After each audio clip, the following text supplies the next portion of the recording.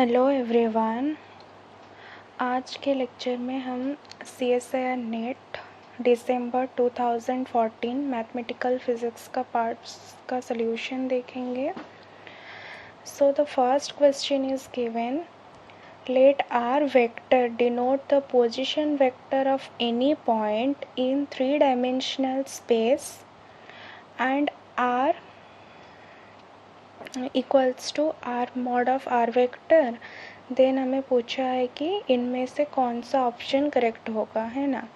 तो यहाँ पर देखो, एक तो डाइवर्जेंस है, दूसरा कॉल है। तो हम ये दोनों को चेक करेंगे कि ये वाला पार्ट तो सब में है, डाइवर्जेंस सब में है। सो हम चेक करेंगे कि इसका आंसर क्या आ रहा है ना। सो आर वेक्टर पोजीशन वेक्टर है और हमें पता है पोजीशन वेक्टर को हम कैसे लिखते हैं, x i cap plus Y j cap plus Z k cap, है ना।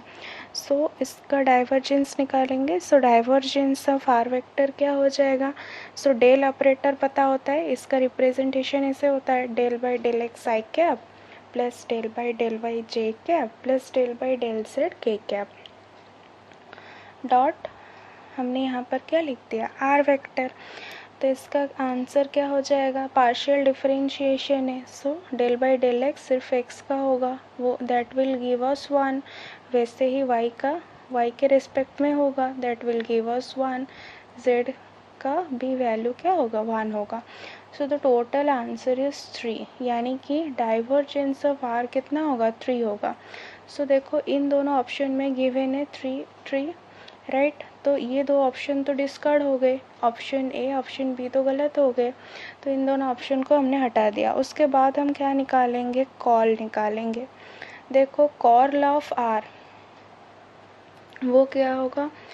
सो कॉल कैसे निकालते हैं, यहाँ पर हमने i cap j cap k cap और डेल ऑपरेटर के लिए यहाँ पर आ जाएगा del by del x del by del y del by del z. वैसे ही आर वेक्टर के लिए एक्स वाई जेड। तो आई कैप जब लेंगे, इन दोनों का मल्टीप्लिकेशन माइनस इसका मल्टीप्लिकेशन, जे कैप जब लेंगे माइनस साइन आएगा और इसका इसके साथ मल्टीप्लिकेशन माइनस इसके साथ मल्टीप्लिकेशन। वैसे ही के कैप जब आएगा, इन दोनों का मल्टीप्लिकेशन माइनस इसका मल्टीप्लिकेशन, है ना। सो यहाँ पर देखो इसका आंसर भी 0 आएगा। क्यों आएगा 0, क्योंकि यहाँ पर हम y के रिस्पेक्ट में पार्शियली डिफरेंशिएट कर रहे हैं, लेकिन यहाँ पर क्या है, y प्रेजेंट है क्या, नहीं है ना, z है, यानी कि इसका आंसर 0 आएगा। वैसे यहाँ पर देखो z के रिस्पेक्ट में हम पार्शियली डिफरेंशिएट कर रहे हैं, लेकिन यहाँ पर y है।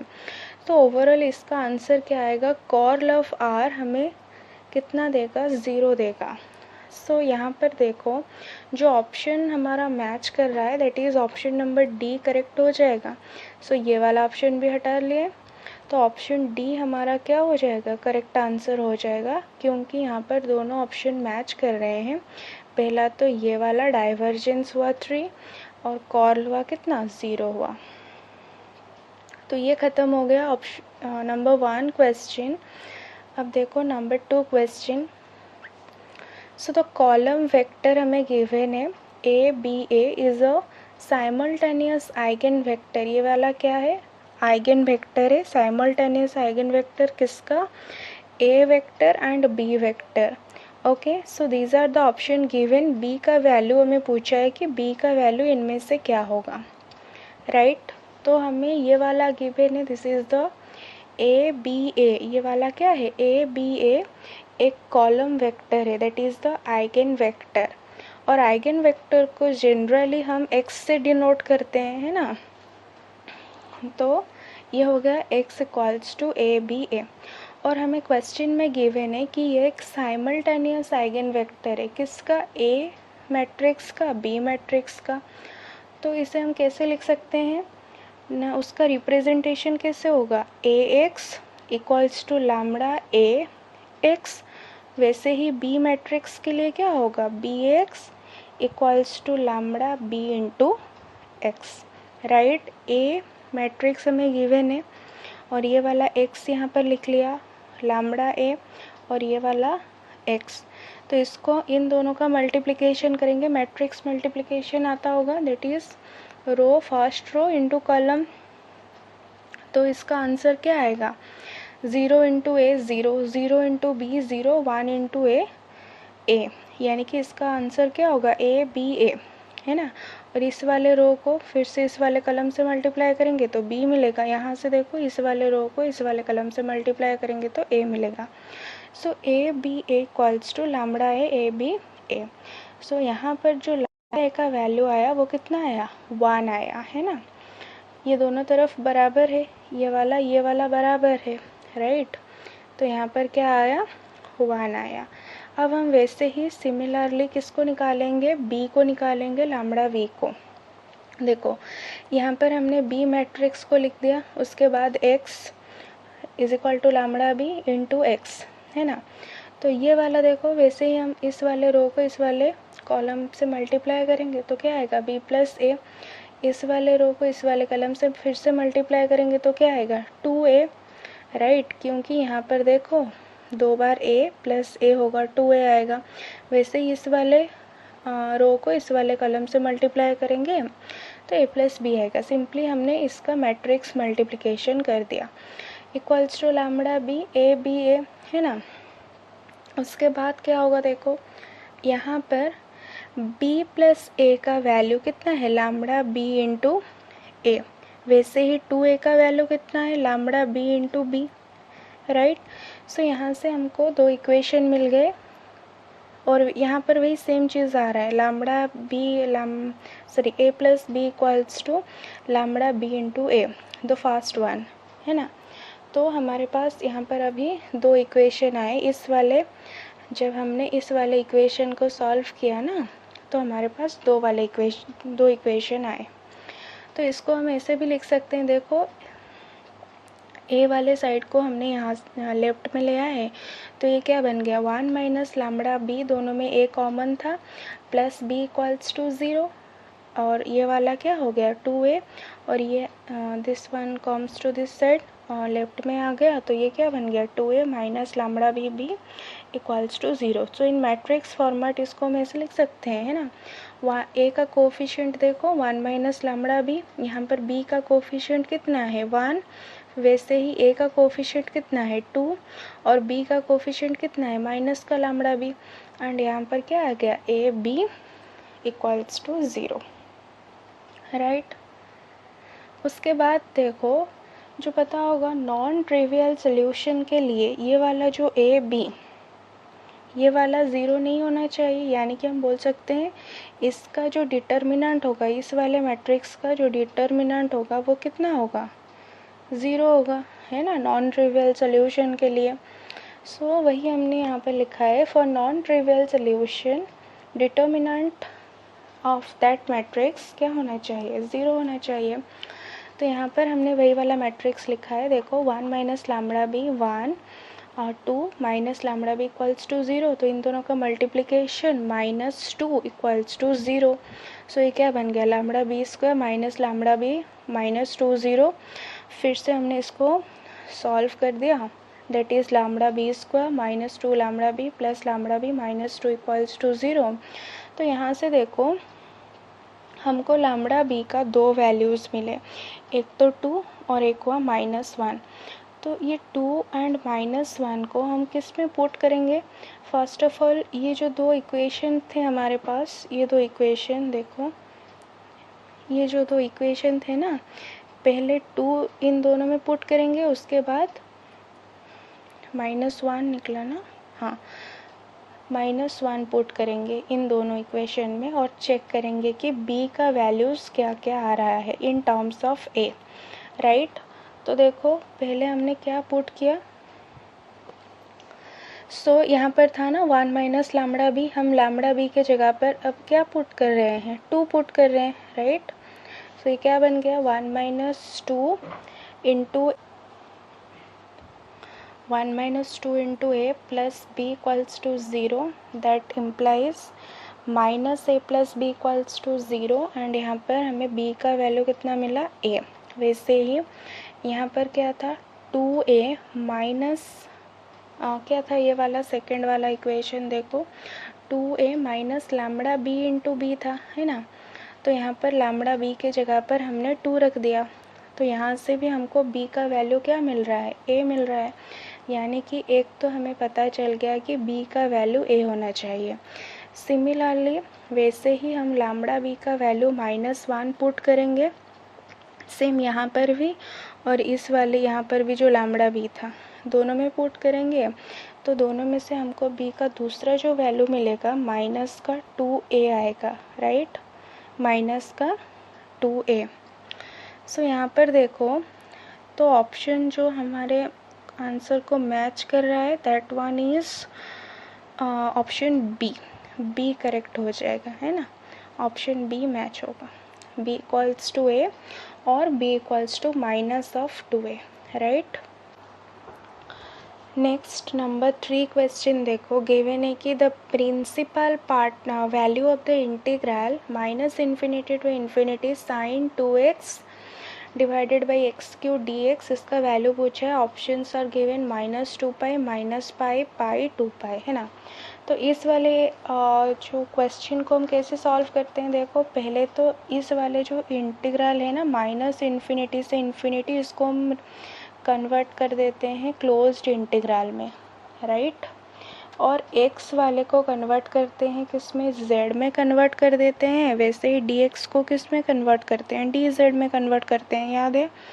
सो अब हम क्या करेंगे, इस वाले अगर यहाँ पर देखो साइन गिवन है तो हम लिखेंगे इन इमेजिनरी पार्ट ऑफ, अगर यहाँ पर कॉस होता तो हम क्या लिखते हैं, रियल पार्ट ऑफ, है ना। क्योंकि e to the power iota यहाँ पर क्या लिखा है हमने, 2z लिखा है, इसका एक्सपेंशन क्या होता है कॉस, या in terms of cos sine हम कैसे लिख सकते हैं, cos 2z plus iota sine 2z।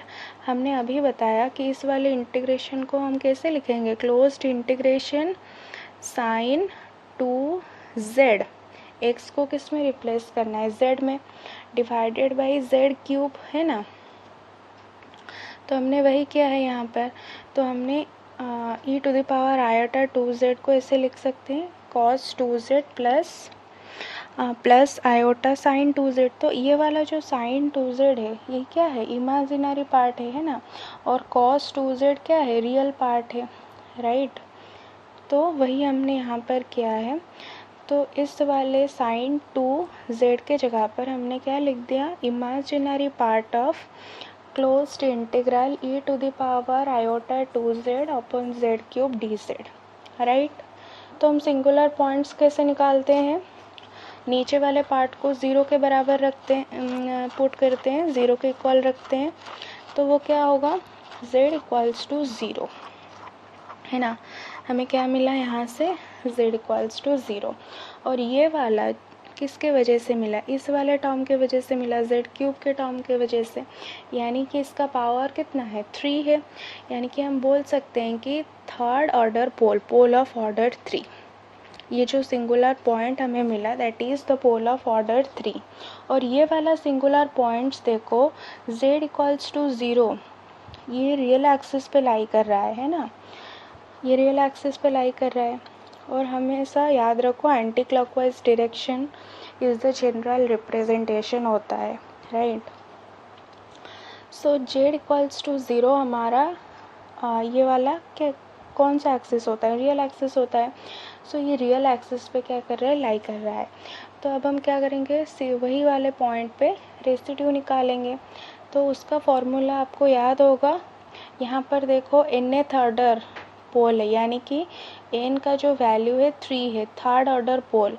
तो थर्ड ऑर्डर पोल के लिए फॉर्मूला क्या होता है, इफ़ जो फॉर्मूला होता है, इफ़ z इक्वल्स टू, अगर z0 पॉइंट पे हम रेसिड्यू निकाल रहे हैं nth ऑर्डर के लिए, तो फॉर्मूला क्या होगा, 1 बाई n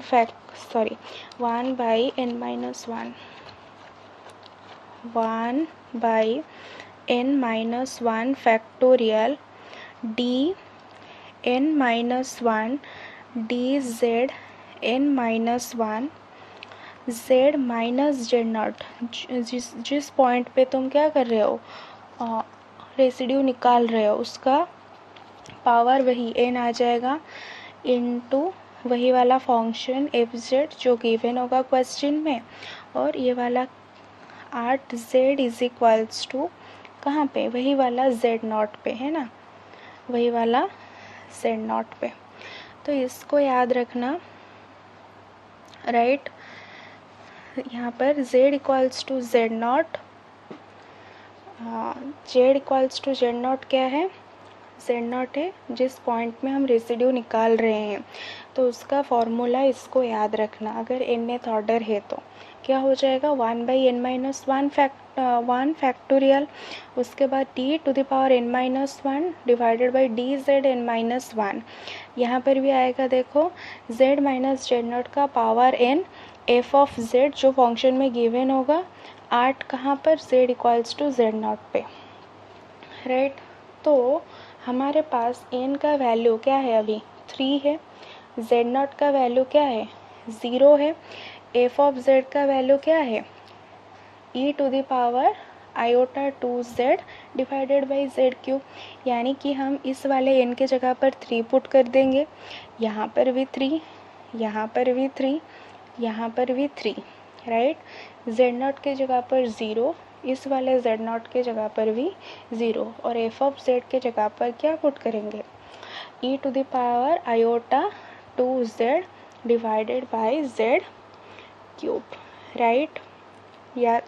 याद रहेगा। तो देखो हमने वही किया है, सो यहाँ पर आ गया 1/2, क्योंकि 1 माइनस हम 1 बाई क्या था n-1 फैक्टोरियल, यानी कि 1 माइनस 3 माइनस 1 का फैक्टोरियल होगा 2 का फैक्टोरियल, 1/2 लिख सकते हैं। यहाँ पर सेकेंड डेरिवेटिव आ जाएगा d2/dz2, और यहाँ पर क्या आएगा z माइनस 0 उसका पावर n, यानी कि z का क्यूब, क्योंकि z0 क्या है यहाँ पर 0 है, 8z इक्वल्स टू 0 पे हम निकालेंगे, और ये वाला आ गया तुम्हारा क्या f of z, that is e⁻i2z divided by z3। तो देखो अब हम क्या करेंगे, यहाँ से देखो z3 कैंसिल हो गए, right. So 1/2 d2/dz2 e⁻i2z at z equals to 0। तो इसका हम 2 बार डिफ्रेंशिएट करेंगे तो क्या हो जाएगा, पहले बार करेंगे तो i2 e⁻i2z आएगा, फिर दूसरी बार करेंगे तो क्या होगा i2 का स्क्वायर आएगा e⁻i2z, है ना। तो यहाँ पर हमने वही लिख दिया 1/2 e⁻i2z, i2 का क्या स्क्वायर 8z इक्वल्स टू 0, यानी कि इस वाले z के जगह पर हम 0 पुट कर देंगे तो e⁻0 हमें कितना देगा 1 देगा, और यहाँ से i2 का स्क्वायर है, यानी कि i स्क्वायर कितना होता है -1 और यहाँ पर 2 है तो -2 यहाँ से मिलेगा, और यहाँ पे 2 है, सो आंसर क्या हो जाएगा देखो, सॉरी 2 का स्क्वायर 4, सो यहाँ पर क्या आएगा 1/2 इंटू माइनस का 4, तो 2 से 2 काटेंगे तो -2 बचेगा, है ना, राइट। तो हमने रेसिड्यू निकाला, तो रेसिड्यू का आंसर क्या आया, दैट इज़ -2 आया। So integral part of this वाले इंटीग्रेशन का क्या हो जाएगा, हमें पता है जब हमारा पॉइंट जो सिंगुलर पॉइंट अगर रियल एक्सिस में लाई करता है तो उसको हम किससे मल्टीप्लाई करते हैं, पाई आयोटा से मल्टीप्लाई करते हैं, और जो इनसाइड द कर्व लाई करता है उसको हम किससे मल्टीप्लाई करते हैं 2 पाई आयोटा से मल्टीप्लाई करते हैं और दोनों को ऐड कर देते हैं। तो अभी हमारे पास जो सिंगुलर पॉइंट है that is lies on only on real axis. तो अब हम सिर्फ इस -2 से, यानी कि जो रेसिड्यू हमने निकाला उसको सिर्फ पाई आयोटा से ही मल्टीप्लाई करेंगे, तो जो हमारा आंसर होगा दैट इज़ -2 पाई आयोटा, है ना। सो देखो जो ऑप्शन होगा हमें क्या पूछा था, हम निकालेंगे क्या इंटीग्रल पार्ट निकालेंगे, तो आंसर हमारा क्या आया -2 पाई आयोटा, आयोटा के साथ जो है दैट इज़ -2 पाई हमारा आंसर हो जाएगा, राइट ना। देखो यहाँ पर तो जो हमारा आंसर होगा that is option A. Option A correct हो जाएगा, right. Okay, so next question देखो, number 4 question. The Laurent series expansion of function हमें गिवन है ये वाला, F of Z equals to e to the power z plus e to the power 1/z about z equals to 0, है ना। So these are the options given. तो पहले हम देखते हैं कि इसका एक्सपांसन कैसे होता है। देखो ये वाला ऑप्शन हमने लिख लिया, तो आपको पता होगा e to the power x का एक्सपांसन कैसे होता है, 1 plus x square by 2 factorial, यहाँ पर 1 फैक्टोरियल होता है, plus x cube by 3 factorial and so on, ऐसे ही। तो यहाँ पर सिर्फ x के जगह पर हमें z एक बार पुट करना है, दूसरी बार क्या पुट करना है, 1/z। आसान है, राइट। तो देखो, तो हमने वही वाला फॉर्मूला पे पहले तो z पुट कर दिया, उसके बाद 1/z पुट कर दिया, और मॉड z किसके अंदर रहना चाहिए, 0 से इन्फिनिटी के बीच में। उसके बाद देखो इसको, इस फर्स्ट वाले एक्सपांसन को हम ऐसे भी लिख सकते हैं, that is sum of n equals to 0 to infinity z to the power n/n factorial, क्योंकि अगर हम n के जगह पर 0 पुट करेंगे सो z टू द पावर 0 वो क्या देगा, 1 डिवाइडेड बाई 0 फैक्टोरियल, यानी कि इसका आंसर क्या हुआ, 1 आएगा, राइट। वैसे ही अगर हम 1 पुट करेंगे तो z to the power 1 divided by 1 factorial, z आ रहा है। अगर हम 2 पुट करेंगे z square divided by 2 factorial, यहाँ पर है ना। तो इसके जगह पर हमने इसीलिए क्या लिख दिया, sum of n equals to 0 to infinity z to the power n factorial, right. वैसे ही सेकंड वाले को हम कैसे लिख सकते हैं, इस वाले को भी वही हम सेम लिखेंगे। यहाँ पर z था, यहाँ पर 1/z आ जाएगा, है ना, 1/z का पावर n हो जाएगा। सेम चीज़ जब हम 0 पुट करेंगे तो 1 आएगा, 1 पुट करेंगे तो ये वाला टर्म आएगा, 2 पुट करेंगे तो ये आएगा, है ना। सो यहाँ पर देखो दोनों में क्या कॉमन है, sum of n equals to 0 to infinity 1/n factorial, देखो दोनों में कॉमन है, तो हमने इन दोनों से ये वाला टर्म कॉमन ले लिया। तो बाकी क्या बचा, यहाँ पे देखो इस वाले में क्या रहा, z to the power n, और इसमें क्या रहा, 1/z का power n। So this is the final answer. ये वाला एक्सप्रेशन किस में गिवन था, देखो इसमें ऑप्शन सी में गिवन है ना, sum of n equals to 0 to infinity z to the power n 1/z to the power n 1/n factorial for all mod z lies between 0 से लेकर इन्फिनिटी के बीच में लाई करना चाहिए, राइट। ये आसान था। नेक्स्ट क्वेश्चन देखो, नंबर 5 क्वेश्चन। नंबर 5 क्वेश्चन क्या गिवन है, 2 independent variables m and n which can take the integer values 0 से लेकर इन्फिनिटी तक वो वैल्यू ले सकते हैं। फॉलो द पॉइजन डिस्ट्रीब्यूशन को फॉलो करते हैं, किसको, पॉइजन को, इसको याद रखना, किसको फॉलो करते हैं, पॉइजन डिस्ट्रीब्यूशन को।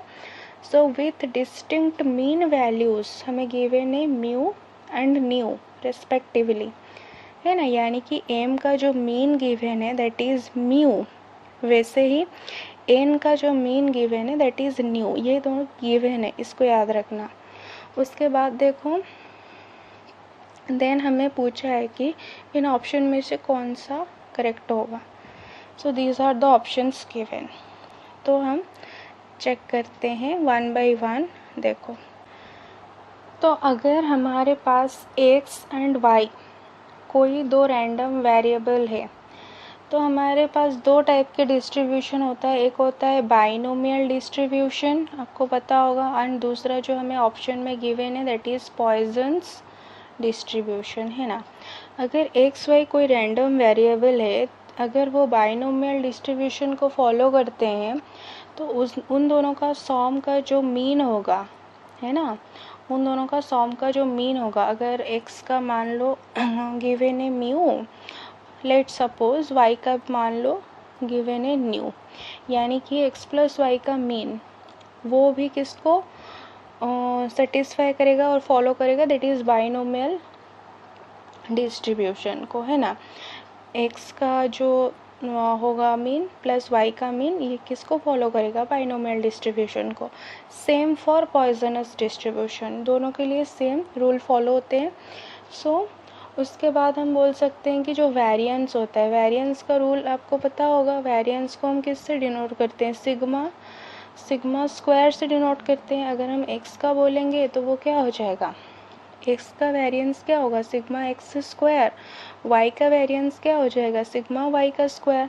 तो अब हम दोनों का, अगर दोनों का x प्लस वाई का वेरिएंस बोलेंगे तो वो क्या होगा, sigma x square plus sigma y का स्क्वायर। तो यहाँ पर इन दोनों ये वाला क्या हो गया, तुम्हारा वेरिएंस हो गया। तो इसका भी हमें पूछा है, वेरिएंस का भी हमें इस वाले ऑप्शन सी में गिवन है, तो इसको भी हम चेक करेंगे। उसके बाद देखो जो मीन होता है ना, जो रैंडम वेरिएबल उसका जो मीन होगा वो क्या होगा, n इंटू पी होगा, राइट। n इंटू पी को, इसको याद रखना, ये फॉर्मूला होता है ना। मीन इसके साथ बराबर होगा, वेरिएंस के साथ बराबर होगा, है ना। तो इस वाले जो रैंडम वेरिएबल्स है, आपको पता होगा रैंडम वेरिएबल्स 0 से लेकर इन्फिनिटी तक हम किसी भी वैल्यूज़ को ले सकते हैं। इसका लिमिट 0 से लेकर इन्फिनिटी तक रहता है, राइट। तो ये जो ऑप्शंस हमें गिवन है ना, तो 1 बाय 1 हम चेक करते हैं। तो देखो the first option is given, यहाँ पर क्या गिवन है, the probability distribution of random variable l equals to m plus n is a binomial distribution. देखो हमें गिवन है क्या, जो m एंड n है वो दोनों पॉइजन डिस्ट्रीब्यूशन को फॉलो करते हैं। तो उन दोनों का जो सम होगा वही यहाँ पर है ना, m प्लस n का सम, तो वो भी किसको फॉलो करना चाहिए, अब पॉइजन्स डिस्ट्रीब्यूशन को। तो यहाँ पर तो बाइनोमियल है, तो ये वाला ऑप्शन गलत हो गया, है ना। तो यहाँ पर देखो probability distribution of random variable वही m minus n is also poisonous, ये करेक्ट हो सकता है, लेकिन हमें ये नहीं पता है कि m माइनस n, ये जो m माइनस n है इसका वैल्यू कितना है। तो ये वाला ऑप्शन को हम होल्ड पे रखते हैं, तो ऑप्शन सी चेक करते हैं, है ना। तो इसको देखो, the variance of the random variable m plus n is equal to mu plus nu. देखो हमको क्या गिवन है, वेरिएंस हम कैसे निकालते हैं, हमें पहले तो l is equal to m plus n given है, राइट। तो इसका वेरिएंस क्या हो जाएगा, m का वेरिएंस प्लस n का वेरिएंस, यानी कि इस वाला का वेरिएंस मतलब उसका मीन, और यहाँ पर भी n का मीन आ जाएगा। और हमें मीन गिवन था, क्वेश्चन में हमें मीन गिवन था, कितना गिवन था, m का मीन था म्यू और इसका था न्यू। तो यही तो हमें आंसर में दिया, मतलब ऑप्शन में दिया है ना, म्यू प्लस न्यू होगा। तो ये जो सी वाला ऑप्शन है ना वो करेक्ट हो जाएगा, राइट। तो एक ऑप्शन मैच कर रहा है, तो ये वाला डिस्कार्ड हो गया, इसीलिए नहीं, ये वाला भी सही हो सकता था, है ना, ये वाला भी ठीक हो सकता था, लेकिन हम इस पे कंफर्म नहीं है। देखो डी वाला ऑप्शन में देखो, the mean value of the random variable m minus n is equals to 0। देखो पहले तो अगर हम m माइनस n का मीन वैल्यू निकालते हैं, मीन मतलब कि हमको गिवन है क्या, r equals to m minus n, यानी कि r का मीन जब लेंगे तो m का मीन माइनस n का मीन होगा, है ना। यहाँ पर क्या आएगा, अगर हम r का मीन निकालेंगे तो क्या होगा, वो m का मीन माइनस n का मीन, राइट। और ये हमें गिवन है म्यू माइनस न्यू, और ये 0 के बराबर होगा क्या, नहीं होगा ना, क्योंकि देखो क्वेश्चन में गिवन है डिस्टिंक्ट, राइट। डिस्टिंक्ट मतलब डिफरेंट वैल्यू है, तो डिफरेंट वैल्यू होगा तो उसका जो सब्ट्रैक्शन ज़ीरो नहीं होगा, है ना। तो ये वाला ऑप्शन भी गलत हो गया। तो सिर्फ जो ऑप्शन सी है वो सेटिस्फाई कर रहा है, तो ये वाला ऑप्शन ठीक हो जाएगा, राइट। इसको हम कंसिडर नहीं कर सकते, है ना। तो option c is correct. Next question देखो, नंबर 6 क्वेश्चन गिवन क्या है। Consider the function f of z equals to 1 by z ln 1 minus z of a complex variable z equal to r e to the power iota theta r greater than equal to 0 and theta lies between minus infinity to infinity. The singularities of f of z are as follows, है ना। तो these are the options given. This question is related to branch point, है ना। तो यहाँ पर देखो ये वाला ठीक कर देना, ये थीटा होगा, ओके। तो इसको हम कैसे निकालेंगे, देखो इसका सोल्यूशन। सो क्वेश्चन में देखो यहाँ पर क्या गिवन है, function that is f of Z equals to 1 by z ln 1 minus z, है ना। तो पहले तो आप ये देखो कि जो लॉन 1 माइनस जेड है that is a multi valued function, right ना। ये क्या है, एक मल्टी वैल्यूड फंक्शन है। और मल्टी वैल्यूड फंक्शन में जो सिंगुलर पॉइंट्स होता है उसको हम क्या बोलते हैं, ब्रांच पॉइंट ही बोलते हैं, है ना। सिंगुलर पॉइंट्स को हम क्या बोलते हैं, ब्रांच पॉइंट्स बोलते हैं। तो ये वाला जो फंक्शन है मल्टी वैल्यूड फंक्शन है, राइट। तो इसको हम सिंगल वैल्यूड फंक्शन कैसे बनाएंगे। तो सिंगल वैल्यू फंक्शन के लिए जो कंडीशन होता है दैट कंडीशन इज़ व्हाट, कि जो थीटा का वैल्यू होगा वो 0 से लेकर 2 पाई के बीच में होना चाहिए, तभी ये वाला जो लॉन 1 माइनस जेड है उसको हम सिंगल वैल्यूड फंक्शन बोल सकते हैं, राइट। एंड तभी ही यानी कि सिंगल वैल्यूड फंक्शन के टाइम इसका एक्सपांसन ये वाला हो जाएगा, minus Z square by 2 minus Z cube by 3 minus Z 4 by 4 and so on. लेकिन ये वाला एक्सपांसन पॉसिबल नहीं है, मल्टी वैल्यूड फंक्शन के लिए पॉसिबल नहीं है। तो इसको याद रखना, for single valued function only जो थीटा का जो किसका वैल्यू लॉन 1 माइनस जेड का ये वाला एक्सपांसन पॉसिबल होगा। तो हमने यहाँ पर वही लिख दिया, और हमें फंक्शन में यहाँ पर क्या गिवन है, 1 बाई जेड गिवन है ना। देखो तो हम क्या करेंगे, 1 by z ln 1 minus Z, तो यहाँ पर क्या हो जाएगा, इस वाले पूरे एक्सपांसन में हमने 1 बाई जेड क्या किया, मल्टीप्लाई कर दिया, तो हमें ये वाला मिला, राइट। उसके बाद देखो अगर यहाँ पर हम क्या करेंगे, तो अब हम क्या करेंगे कि जेड की जगह पर अगर हम 0 पुट करते हैं, f of z at z equals to 0 put करेंगे, तो इसका क्या हो जाएगा, लॉन 1 माइनस यहाँ पर 0 आ जाएगा और यहाँ पर भी क्या आ जाएगा, 0 आ जाएगा। तो लॉन 1 बाई 0, लॉन 1 क्या होता है, 0 बाई 0 फॉर्म आ गया, है ना।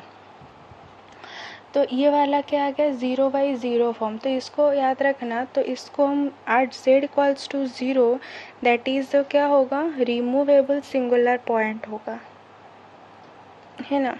क्यों होगा, क्योंकि यहाँ पर जो लॉरेंट सीरीज एक्सपांसन में देखो यहाँ पर सब पॉजिटिव पावर्स ऑफ जेड है ना, positive power of Z, negative power of Z absent है। तो ये वाला जेड इक्वल्स टू 0 क्या बन जाएगा, रिमूवेबल सिंगुलर पॉइंट। वैसे ही अगर आप जेड इक्वल्स टू इन्फिनिटी भी अगर पुट करते हैं इस वाले फंक्शन में, देखो यहाँ पर मैं यहाँ पर अगर z equals to infinity put करूँगी इसके जगह पर, यहाँ पर भी इन्फिनिटी फंक्शन क्या था हमारा, lawn 1 minus Z by Z था, है ना।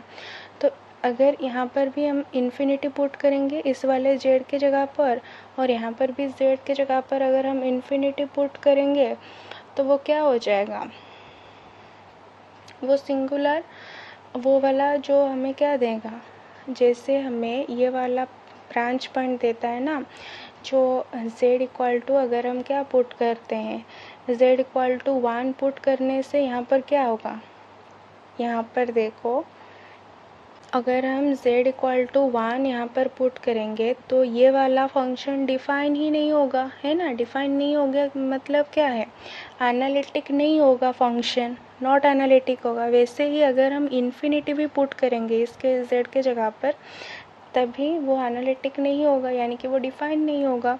सो इन दोनों पॉइंट में 1 एंड इन्फिनिटी पे हम बोल सकते हैं कि ये दो हमारे क्या हो गए, ब्रांच पॉइंट हो गए। एंड ये वाला z इक्वल्स टू 0 क्या हो गया, रिमूवेबल सिंगुलर पॉइंट हो गया। और इसको भी याद रखना कि अगर थीटा का वैल्यू अदर देन 0 से 2π के अलावा अगर और कुछ होता है तो z इक्वल्स टू 0 को हम क्या बोलेंगे, पोल बोलेंगे, है ना। क्यों पोल बोलेंगे, तभी वो क्या हो जाएगा, मल्टी वैल्यूड फंक्शन हो जाएगा। और मल्टी वैल्यूड फंक्शन में एक्सपांसन पॉसिबल नहीं होगा, तो तभी हम z इक्वल्स टू 0 को क्या बोलेंगे, पोल बोलेंगे, राइट। तो ये भी हम लिख लिए कि z टेंडिंग टू इन्फिनिटी पे नॉट डिफाइन, और आप नॉट एनालिटिक भी लिख सकते हैं, और ये एनालिटिक नहीं होगा, राइट ना। तो z इक्वल्स टू इन्फिनिटी भी हमारा क्या हो गया, ब्रांच पॉइंट हो गया। 1 भी ब्रांच पॉइंट है, इन्फिनिटी भी ब्रांच पॉइंट है, एंड z इक्वल्स टू 0 एक क्या है, पोल है। तो this is the final conclusion. So ये वाला ऑप्शन हमें कहाँ पर है, देखो ऑप्शन बी। सो ये वाला ऑप्शन करेक्ट होगा, branch point at z equals to 1, z equal to infinity and a pole at z equals to यहाँ पर 0 है, 0 for all theta other than, देखो यहाँ पर अदर देन मेंशन है लेकिन यहाँ पर ओनली फॉर लिखा है, तो इसीलिए ये वाला ऑप्शन डिस्कार्ड हो गया। तो हमें अदर देन चाहिए, इस वाले पॉइंट पे फंक्शन क्या होगा, सिंगल वैल्यूड होगा, लेकिन मल्टी वैल्यूड के लिए अदर देन आना चाहिए, तो ये वाला ऑप्शन ठीक हो जाएगा। तो ऑप्शन बी क्या होगा, करेक्ट हो जाएगा। तो आई होप सबको समझ में आया होगा ये वाला क्वेश्चन, कैसे हमने किया इसको। z equals to 1, z equals to infinity हमारे ब्रांच पॉइंट क्यों हुए, as it is a multi-valued function, so those singular points are known as branch points, है ना। एंड इसको भी याद रखना कि अदर देन लिखा होगा, तो यहाँ पर अदर देन है, तो इसलिए इस वाले आंसर भी ये वाला ऑप्शन ठीक हो गया, राइट ना। z इक्वल्स टू 0 में क्या है, पोल है। लेकिन अगर हम सिंगल वैल्यूड की बात कर रहे हैं तो z इक्वल्स टू 0 को हम क्या बोलेंगे, एक रिमूवेबल सिंगुलर पॉइंट्स बोलेंगे, है ना, हमने अभी बताया। तो इसको याद रखना, है ना। तो ये वाला ख़त्म हो गया दिसंबर 2014 का पार्ट। इसके बाद हम जून 2015 का पार्ट डिस्कस करेंगे। आई होप सबको समझ में आया होगा। अगर किसी को किसी भी पॉइंट में अगर डाउट होगा तो आप मुझे पूछ सकते हैं, है ना। Thank you.